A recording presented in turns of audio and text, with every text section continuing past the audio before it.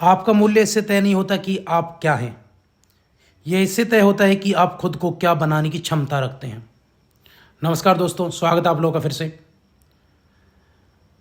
भैया पॉलिटी यानी राज्य व्यवस्था, भारतीय राज्य व्यवस्था की एनसीईआरटी पर आधारित हमारी सीरीज चल रही है। इसमें हम प्रश्न संग्रह करा रहे हैं एनसीईआरटी पर आधारित भारतीय राज्य व्यवस्था के। और भैया जिस एग्ज़ाम में, चाहे एसएससी हो, UP police, Haryana police, UPSC, PCS, जहाँ जहाँ राज्य व्यवस्था आती है वहाँ ये क्वेश्चन आपके लिए बेहद इंपॉर्टेंट रहने वाले हैं। तो शुरुआत करते हैं। पहला क्वेश्चन भैया क्या कहता है? पहला क्वेश्चन आप लोगों के सामने, भारतीय संविधान के किस भाग में नागरिकता के मौलिक अधिकारों का उल्लेख किया गया है? बताओ। तो नागरिकों के मौलिक अधिकारों का उल्लेख, तो बताएं नागरिकों के मौलिक अधिकार का उल्लेख संविधान के किस भाग में? तो याद रखना भैया, भाग 3 में। भाग 3 में मौलिक अधिकारों का वर्णन है। भाग 3 में क्या है? मूल अधिकार या मौलिक अधिकार है, याद रखना। भाग 2 में क्या है? भाग 2 में प्यारे बच्चों नागरिकता है। भाग 5 में क्या है? न्यायपालिका है, न्यायपालिका। भाग 4 में क्या है? राज्य के नीति निदेशक तत्व में, डीपीएसपी, राज्य के नीति निर्देशक तत्व में प्यारे बच्चों। चलो हम आगे कुछ बात करते हैं। अगला क्वेश्चन क्या है? निम्न में से कौन सा मूल अधिकार संविधान के नागरिकों को नहीं प्रदान किया गया? बताएं, इनमें से कौन सा अधिकार संविधान में मूल नागरिकों को प्रदान नहीं किया गया? देश के किसी भी भाग में बसने का अधिकार, लिंग समानता का अधिकार, सूचना का अधिकार, शोषण के विरुद्ध अधिकार। तो बताइए इनमें से कौन सा अधिकार संविधान के नागरिकों, मूल संविधान में नागरिकों को नहीं दिया गया? बताओ। तो इनमें से कौन सा मौलिक अधिकार नहीं है? कहने का मतलब ये है भैया सीधा सीधा, देश में किसी भी भाग में रहने का अधिकार बिल्कुल है, लिंग की समानता का अधिकार बिल्कुल है, सूचना का अधिकार या शोषण के विरुद्ध अधिकार, शोषण के विरुद्ध अधिकार भी है। तो बताओ कौन सा नहीं है? तो सूचना का अधिकार एक मौलिक अधिकार नहीं, कानूनी अधिकार तो है, लेकिन सूचना का अधिकार प्यारे बच्चों मौलिक अधिकार नहीं है। सूचना का अधिकार भैया एक आया था ना, राइट टू इन्फॉर्मेशन एक्ट, सूचना का अधिकार अधिनियम। तो सूचना का अधिकार अधिनियम कब आया था? तो ये आया था भैया 2005 में। लागू कब हुआ? लागू हुआ 2006 में। लेकिन ये कानूनी अधिकार तो है, लेकिन ये मौलिक अधिकार नहीं है संविधान में। अगला क्वेश्चन है, निम्न में से किस अनुच्छेद में समानता का अधिकार प्रावधान है? तो अनुच्छेद 14 में ना भैया, 14 में, 14 से 18 समानता। 19 में क्या भैया? अभिव्यक्ति की आज़ादी। 20 में क्या है? प्राण और दही स्वतंत्रता, एक ही अपराध के लिए दो बार सजा नहीं होगी। तो 21 में क्या भैया? 21 में निजता का अधिकार, अपनी मर्जी से शादी करने का अधिकार, ठीक है भैया, प्राण और दही स्वतंत्रता का अधिकार, हथकड़ी नहीं लगाने का अधिकार, ये सब है भैया। अगला क्वेश्चन है, भारतीय संविधान का कौन सा अनुच्छेद अस्पृश्यता का उन्मूलन करता है? तो भैया 17 में। 14 में क्या है? समानता का अधिकार है प्यारे बच्चों, समानता का अधिकार। 15 में क्या है भैया? कि भैया कुछ क्षेत्रों में भेदभाव हो सकता है।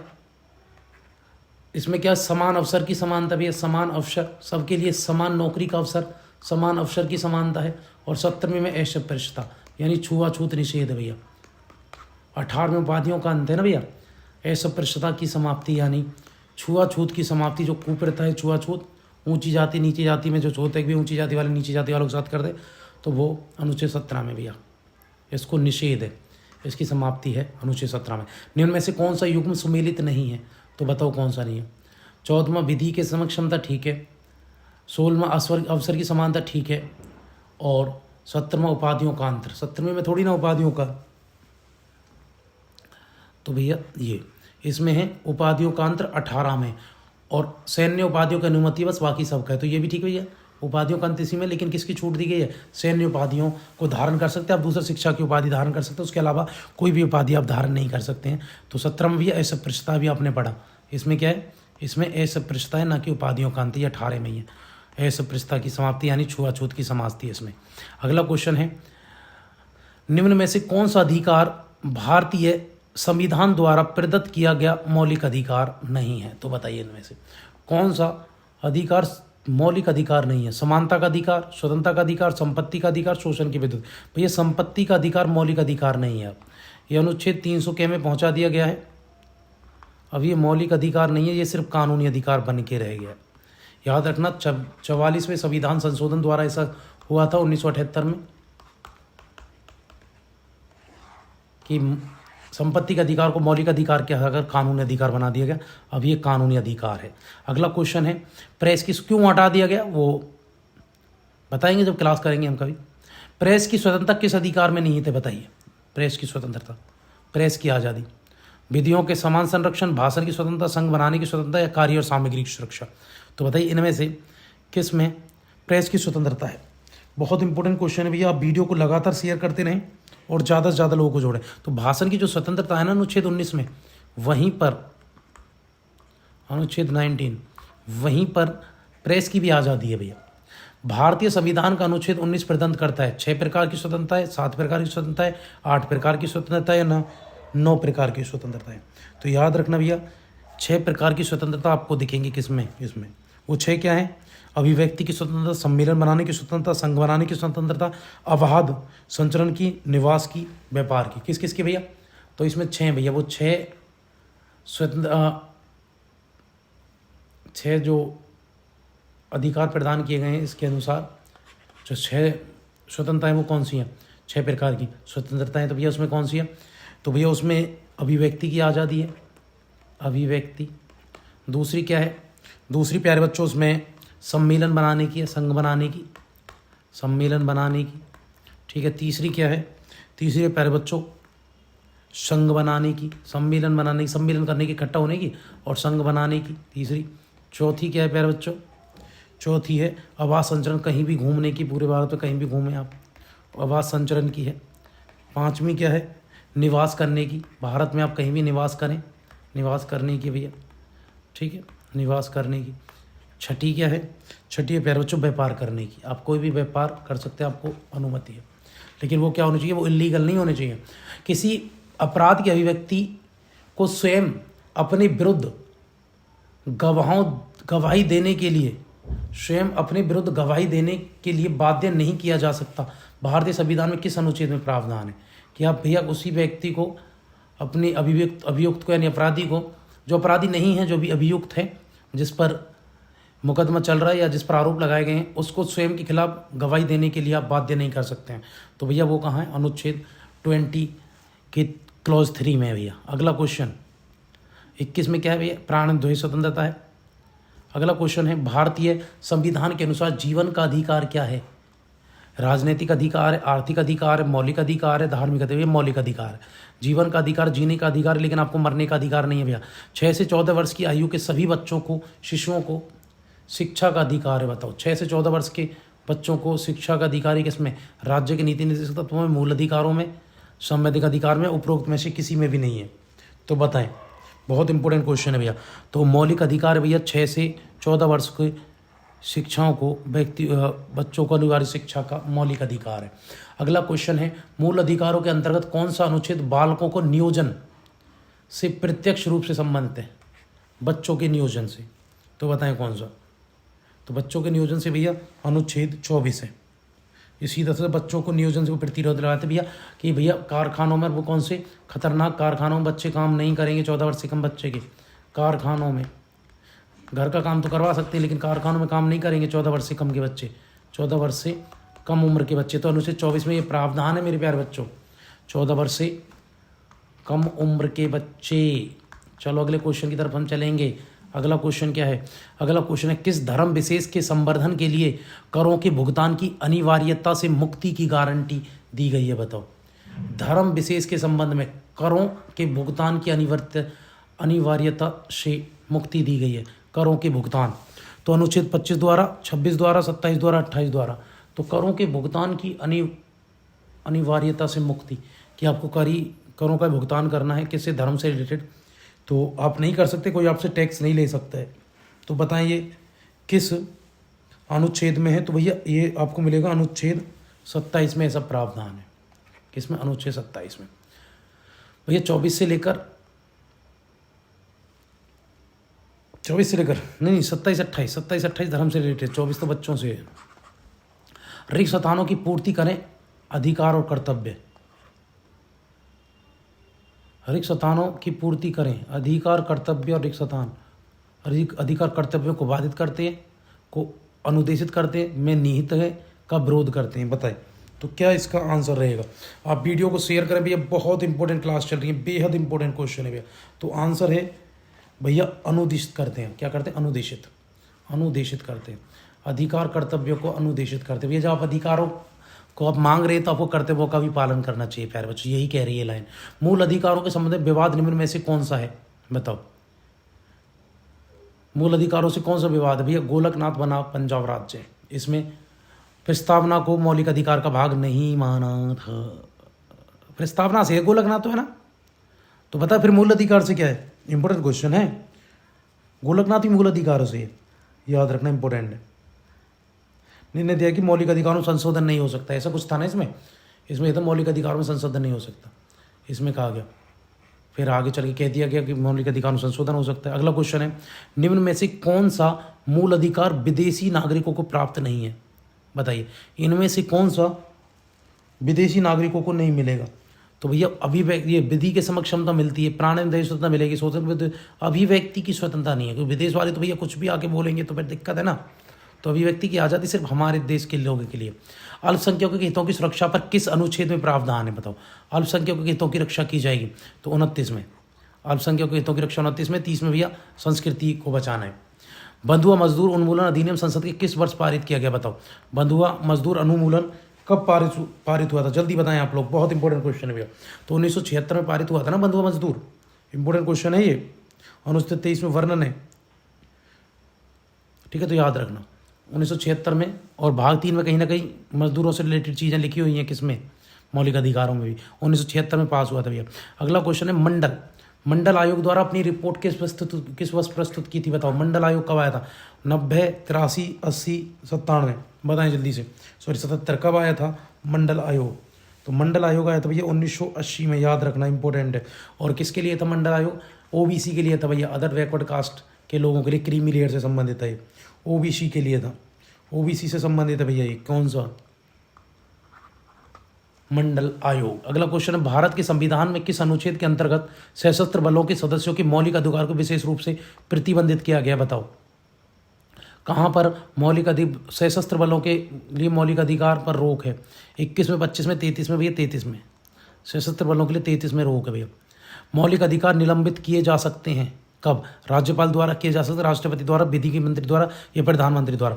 मौलिक अधिकारों को कौन निलंबित कर सकता है? बताएं जल्दी से, बहुत इंपॉर्टेंट क्वेश्चन है भैया। भैया राष्ट्रपति द्वारा, राष्ट्रपति घोषणा के साथ मौलिक अधिकार निलंबित हो सकते हैं, याद रखेंगे आप। किस किस के तहत भैया? अनुच्छेद 358 के तहत, जब युद्ध वगैरह हो जाए, और 359 जो राष्ट्रपति क्या करते हैं, अधिकार में ले ले अपनी सारी चीज़ें। 356 जब ये हो तो 358 और 359 में ही मौलिक अधिकार क्या होते हैं? निलंबित हो सकते हैं। अगला क्वेश्चन है भैया, अगला क्वेश्चन है, निम्न में से किसको संविधान द्वारा मौलिक अधिकारों के संरक्षण की शक्ति दी गई है?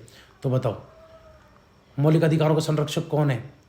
भारत का सभी न्यायालय, संसद को, राष्ट्रपति को, सर्वोच्च न्यायालय एवं उच्च न्यायालयों को।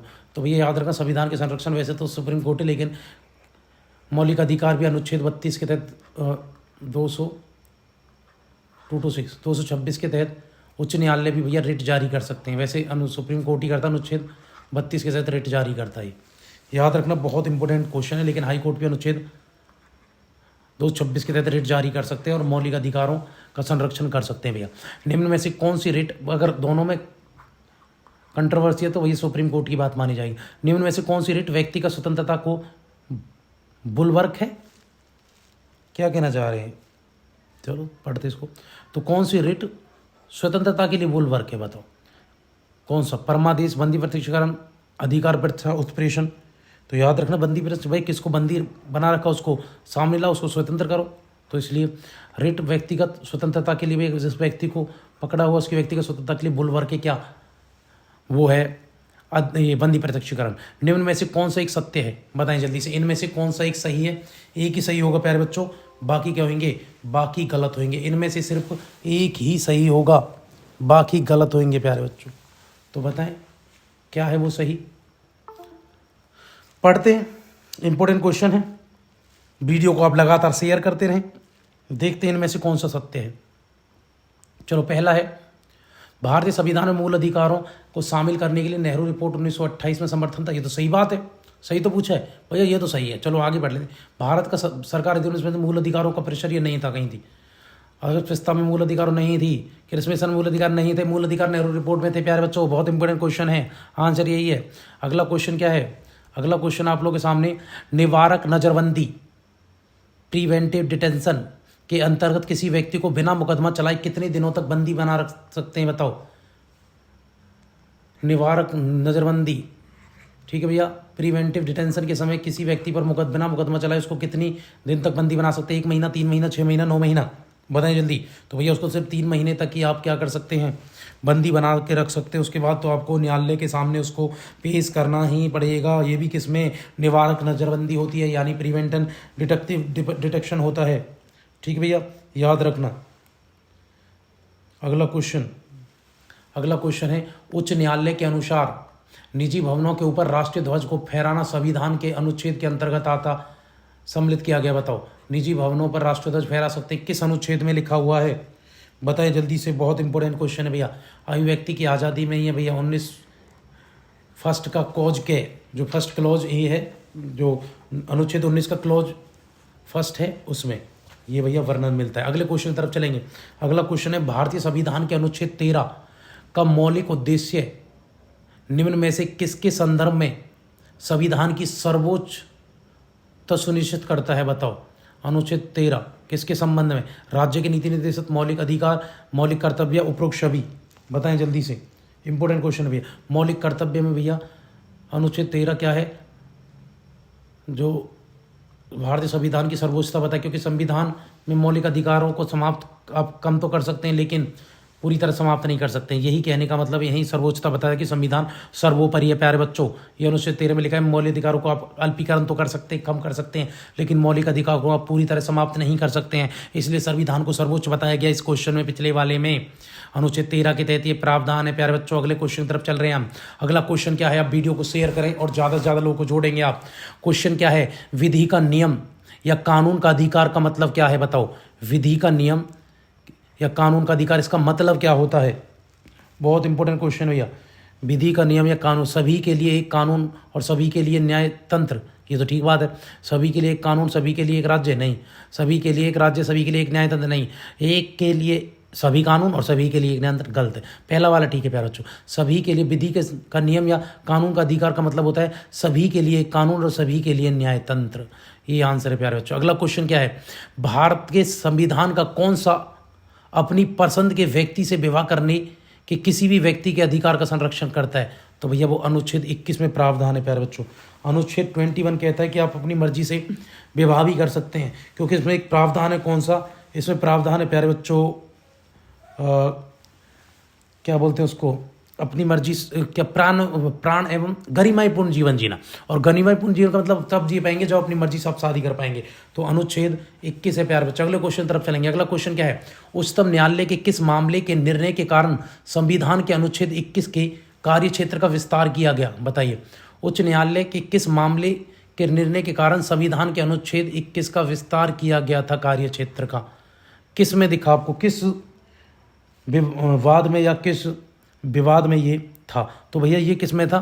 ये था उन्नी कृष्णन बनाम आंध्र प्रदेश में देखा गया था भैया ये, कि भैया आप अनुच्छेद 21 के कार्यक्षेत्र का विस्तार कर रहे थे, शिक्षा के अधिकार को भी इसमें शामिल किया गया था। उन्नी कृष्णन बनाम आंध्र प्रदेश में था भैया, कि 14 वर्ष की आयु के बच्चों को भी आप क्या करेंगे, निःशुल्क शिक्षा देंगे। वो उन्नी कृष्णन बनाम आंध्र प्रदेश राज्य में आया था भैया। कब? 2002 में ऐसा प्रावधान था, इसी बात के तहत हुआ था भैया। कब? 2002 में। याद रखेंगे कौन सा अनुच्छेद हुआ था उस समय? 86वां संविधान संशोधन हुआ था मेरे प्यारे बच्चों। अगले क्वेश्चन की तरफ मैं लेके चलूंगा।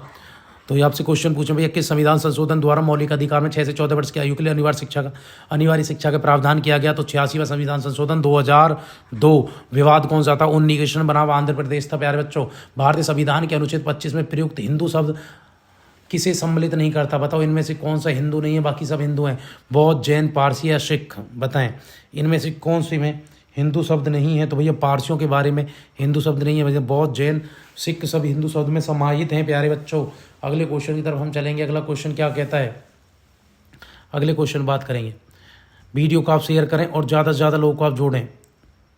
अगला क्वेश्चन है भैया, मूल अधिकारों से संबंधित निम्नलिखित निर्णयों का सही कालक्रम चुनें। तो बताएं सबसे पहले कौन सा हुआ, उसके बाद कौन सा हुआ, उसके बाद कौन सा हुआ? जो सबसे पहले भैया हम बात करते हैं, सबसे पहले हुआ था एक गोपालन बना मद्रास राज्य। तो कहाँ है एक गोल, तो ये 1950 में हुआ था ना ये, तो याद रखना। दूसरा हुआ भैया इसके बाद गोलकनाथ हुआ था ना 1967 का गोलकनाथ, तो ये 1967 का है। तो इनमें से कालक्रम पहला ये, दूसरा ये, ऑप्शन कहीं दे रखे हैं क्या? ऑप्शन तो है नहीं, चलो मैं लिख देता हूँ कौन कौन से। केशवानंद भारती 1973 का था, बच्चा जानता है। युगांडा के बच्चा भी इसका आंसर बता देगा अब तो, कि केशवानंद भारती मामला कब का था। तो भैया केशवानंद भारती मामला कब का था, कहाँ चला गया, हम दे रहा, ये 1973 का था। और मिनर्वा भी मामला कब आया था, मिनर्वा बीज मामला, ये 1980 का है ना, तो याद रखना। तो पहला, दूसरा, तो आंसर क्या होना चाहिए था, 4, 1, 2, 3, ये आंसर है इसका भैया, याद रखना। चलो अगले क्वेश्चन की तरफ चलते हैं। अगला क्वेश्चन क्या है भैया, नीति निर्देशक तत्व और मौलिक कर्तव्यों से कुछ क्वेश्चन है आपके सामने। बताइए, भारतीय संविधान में राज्य के नीति निर्देशक तत्वों की संकल्पना किस देश के संविधान पर आधारित है? बताओ, राज्य के नीति निर्देशक तत्व किस संविधान से लिए हमने? ब्रिटेन के, आयरलैंड के, यूएसए के या कनाडा? तो याद रखना, नीति निर्देशक तत्व जो हमने लिए हैं प्यारे बच्चों, वो कहाँ से उठाए हमने, किस संविधान से उठाए गए हैं, किस संविधान में थोड़ा बहुत सुधार करके उठाए गए हैं। तो भैया वो हमने आयरलैंड से लिए हैं, याद रखना, इंपॉर्टेंट क्वेश्चन है। अच्छा, ब्रिटेन से हमने क्या लिया भैया, संसदीय व्यवस्था ली हमने ब्रिटेन से, क्या लिया, संसदीय व्यवस्था। यूएसए से क्या लिया हमने, एक तो राष्ट्रपति के पद का चुनाव, राष्ट्रपति का पद कह लो, और दूसरा क्या है, एक हमने यहाँ से लिया न्यायिक पुनर्विलोकन, जुडिशियली रिव्यू भी हमने यहाँ से लिया। कनाडा से क्या लिया हमने, संगठनात्मक व्यवस्था हमने कहाँ से ली है, वो लिए यहाँ से। तो ये संविधान के अंतर्गत भारतीय लोकतंत्र के आदर्शों को हम कहाँ देख सकते हैं, बताओ। संविधान के अंतर्गत हमें भारतीय लोकतंत्र के आदर्शों को कहाँ देखा जा सकता है? भाग 4 में, भाग 1 में, प्रस्तावना में, या भाग 3 में, कहाँ पर भारतीय लोकतंत्र के आदर्श आपके देखने को मिल सकते हैं भैया? बहुत इंपॉर्टेंट क्वेश्चन है भैया। तो कहाँ मिलेंगे वो भाग 4 में है। और भाग 4 किससे संबंधित है प्यारे बच्चों? भाग 4 है क्या बोलते हैं उसको, राज्य के नीति निर्देशक तत्वों से।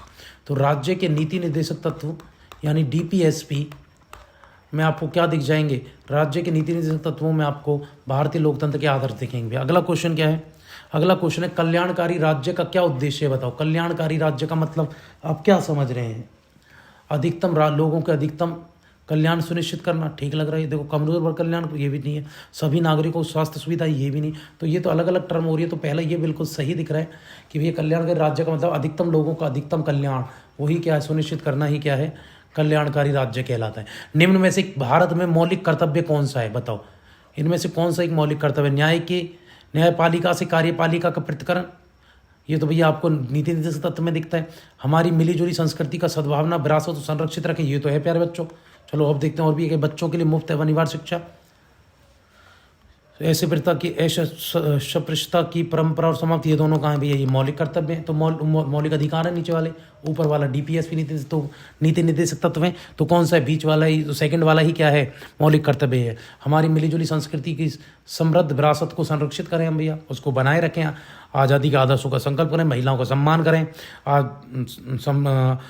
देश की संपत्ति की रक्षा करें, बुलाए जाने पर सेना में भी जाएं, आह्वान करें, सब देश की रक्षा के लिए जाएं, विज्ञान की वैज्ञानिक सोच को बढ़ावा दें। ये सब क्या है भैया? मौलिक कर्तव्य हैं प्यारे बच्चों। अगला क्वेश्चन है, मूल कर्तव्य का वर्णन संविधान में किस अनुच्छेद में है भैया? तो वो मिलेगा तुम्हें कहाँ, 51 के में, अनुच्छेद 51 के में भैया मौलिक कर्तव्य हैं भैया। कर्तव्य मूल कर्तव्य हैं भैया, मौलिक कर्तव्य यानी जो हमारे कर्तव्य हैं। कुछ हमने मौलिक अधिकार बात कर ली, लेकिन हम क्या करते हैं, मौलिक कर्तव्यों के बारे में पढ़ रहे हैं भैया। अगले क्वेश्चन की तरफ चलेंगे हम। अगला क्वेश्चन क्या कहता है, बेहद इंपॉर्टेंट क्लास चल रही है प्यारे बच्चों, वीडियो को आप शेयर करें, बहुत इंपॉर्टेंट क्लास है। देखते हैं अगला क्वेश्चन क्या रहेगा। अगले क्वेश्चन की तरफ हम चलते हैं। अगला क्वेश्चन क्या है? अगला क्वेश्चन है प्यारे बच्चों आप लोगों के सामने, चलते हैं अगले क्वेश्चन की तरफ। अगला क्वेश्चन है, भारतीय संविधान का कौन सा अनुच्छेद यह निर्धारित करता है कि राज्य के नीति निर्देशक तत्व या सिद्धांत किसी न्यायालय द्वारा लागू नहीं किए जा सकते हैं?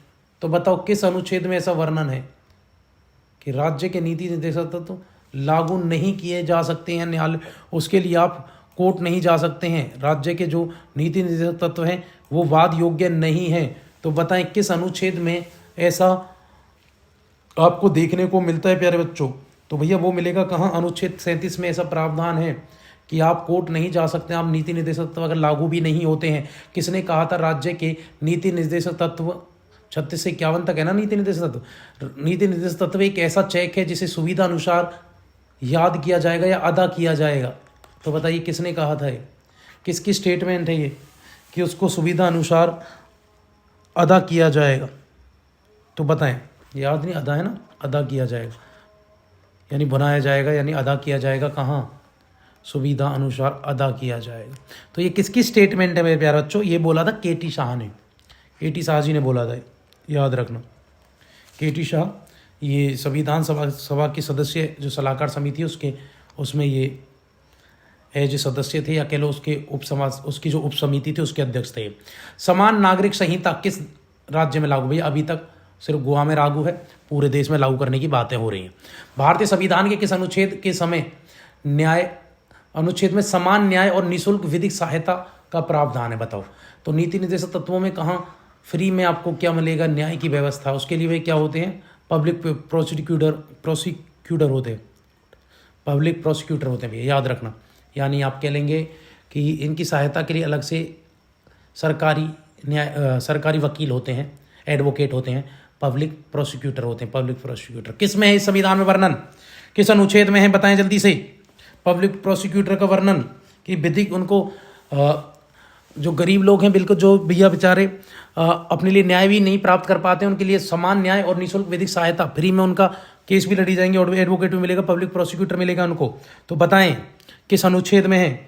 अनुच्छेद 30 में है, 39 के में है, 25 में है या अनुच्छेद 33 खे में है? बताएं जल्दी से क्या आंसर भैया?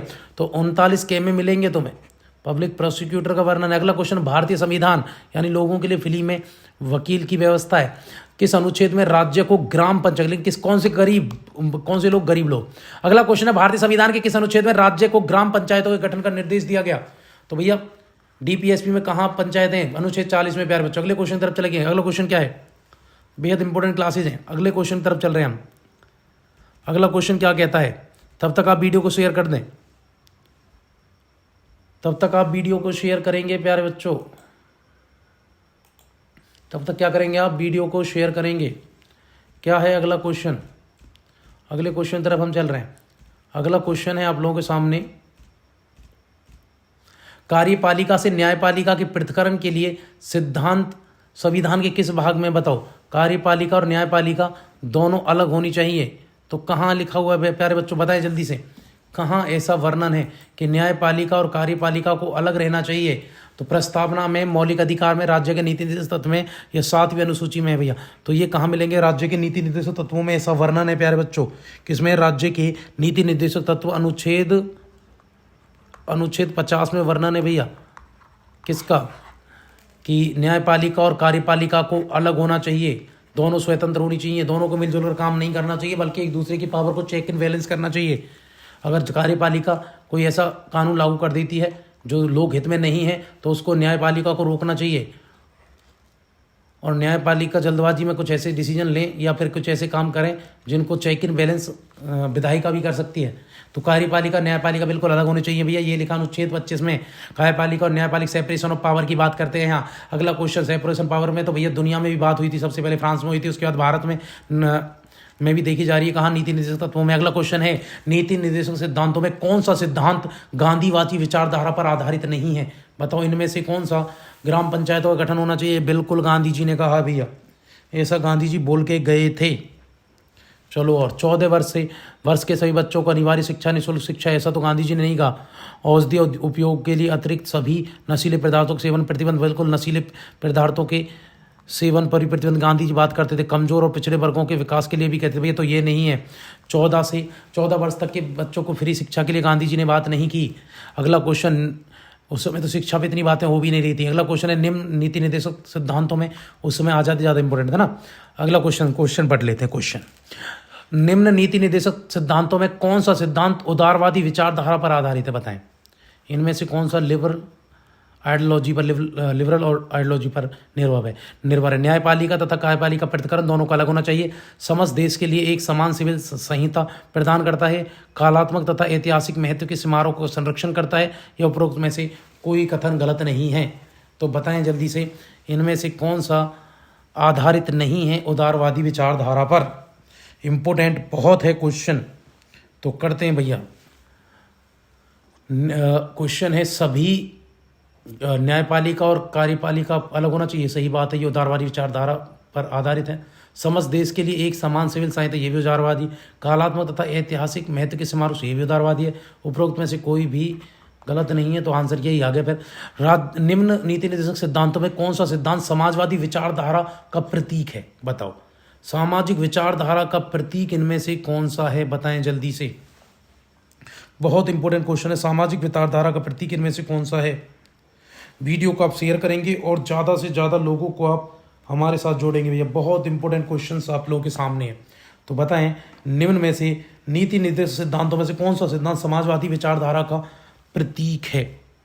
तो कौन सा दिख रहा है?